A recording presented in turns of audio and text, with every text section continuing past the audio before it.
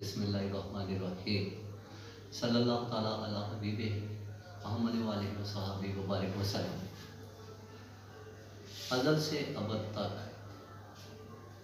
कामयाबी की दौड़ में इंसान मसरूफ़ है। इंसान कामयाबी की दौड़ में पता नहीं कहाँ कहाँ घूमता फिरता है, क्या कुछ करता है।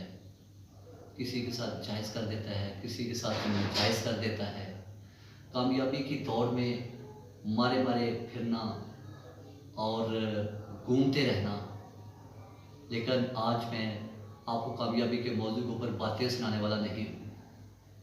मैंने सिर्फ एक शेर सुनाना है आपको कि शेर सुनने के बाद फैसला आपने करना है कि कामयाबी कहाँ छुपी है।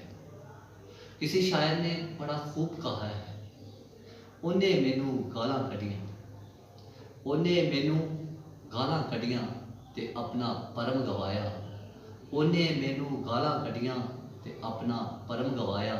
उत्तू मैं चुप रह के उहदे नाल बथेरी कीती। दोस्तों, ये शेर मेरे नज़दीक कामयाबी के लिए आज़मूदा फार्मूला है कि बातें करने से शायद बंदा कामयाब ना हो, लेकिन ये शेर एक साइलेंट मैसेज दे रहा है कि इंसान खामोश रह के वो कामयाबी हासिल कर लेता है शायद जो बोलने से हासिल